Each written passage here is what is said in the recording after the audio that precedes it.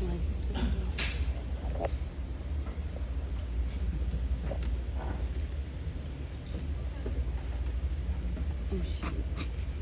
case some of you out there have forgotten how to turn off the flash, it's this little lightning symbol up in the upper left-hand corner on the iPhone. I'm sure you guys will figure it out. Anyways, here's Tennessee Whiskey. Thank you so much, and we once again look forward to the next flash.